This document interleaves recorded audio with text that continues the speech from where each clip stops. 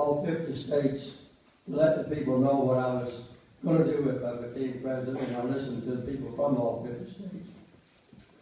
At that time, one of the reasons I was elected was because there had been a lot of tragedies and a lot of mistakes made in the years before that. Bobby Kennedy had been assassinated.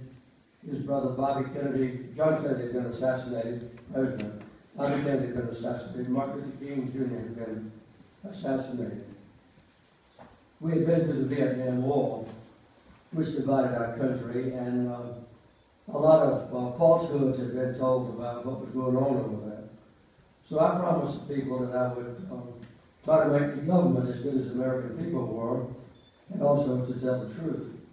And after I was elected president, I decided secretly that instead of riding in a big limousine from the Capitol, where I took the oath of office and where I made my speech, that our family would walk down Pennsylvania Avenue, which we did. We got to a little holding room that was supposed to be solar heated. It was 6 degrees above zero that day, and the solar heat didn't work. So we almost froze to death while we watched the rest of the parade. And then we started walking from there over to the White House. It wasn't just a couple hundred yards. And we were surrounded by news reporters who wanted to have some early news from the first family. And on the way over, my press secretary, Jody Powell, said, "Nobody speaks to the news reporters." My mother was with us, and she said, "Jody, you can go to hell."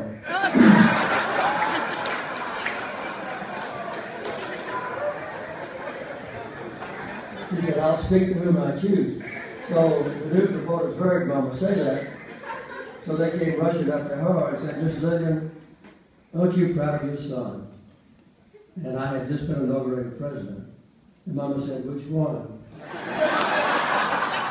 Well, Mama always thought that my brother Billy was smarter than I was, so that was I hadn't been to the Oval Office before that, and so I was very eager to get in and see. But the White House was a wonderful place to live, as Rose's pointed out. She's taken all the juicy things to talk to you about, and I'm going to talk to you about some of the more serious things. I was very eager to keep the promises that I made during the long campaign, because when I would go to individual states, I was not only interested in getting them to vote for me by promising what I was going to do while I was president, but also to learn what their problems were and what their challenges were. And those of you who have studied history or maybe be old enough to remember, after the Second World War, when we'd been through the First World War and millions of people had been killed in the war, the victorious countries, the United States and Russia, China, Great Britain, and France, were very determined to prevent further wars. And they formed the United Nations. And also after that, Eleanor Roosevelt, Franklin D. Roosevelt's widow, had gone to Geneva to spell out the human rights standards for the world. And I hope all of you will look that up on the internet sometime in the near future.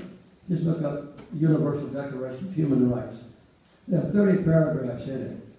And these are commitments to freedom and to democracy, to the equal treatment of people that would not be possible to pass today.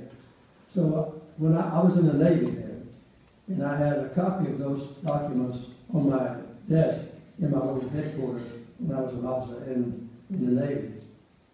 And I had got to memorize it, and I wanted to keep peace in the world, and I wanted to promote human rights. And I knew then, and I know now, that the United States has been at war almost continually since the United Nations were formed with a commitment to peace.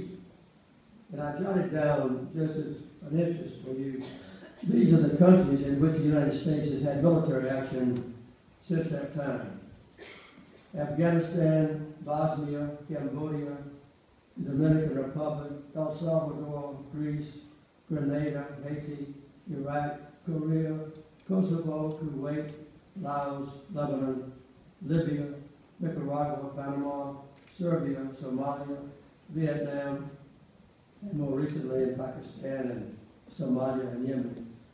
The United States has been at war in all those countries since the United Nations was formed to prevent individual countries going to war. So I wanted to keep the peace, and I wanted to promote human rights. I knew, though, that when I started, I had to deal with a very strong Congress. I had dealt very successfully with the Georgia legislature because for some reason, way back in history, the Georgia governor is by far the most powerful governor in America. No other state has a governor as strong and powerful as the Georgia governor. And there are two or three reasons for that, which I really appreciated when I was in office. One is that the Georgia governor presides over the state, except when the legislature is in session, and the Georgia Constitution limits the legislature to about 40 days in session per year. The legislature can't be in session longer than that.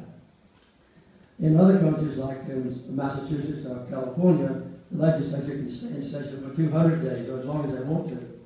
Another thing is that the Georgia governor has veto, legislative line item veto. In other words, when the legislature gives me a budget, I can go through the budget after they go home. I can strike out anything I want to, and I'm the only governor that has that power. Another thing is that I didn't have to ask for legislative bills passed until the legislature had been home, and I had to ask for it within 10 days. And so I could veto any bill I wanted to, and the legislature couldn't override my veto unless there was a special session of the legislature, which is very difficult to afford. Another thing is that in other states, the lieutenant governor has a lot of power.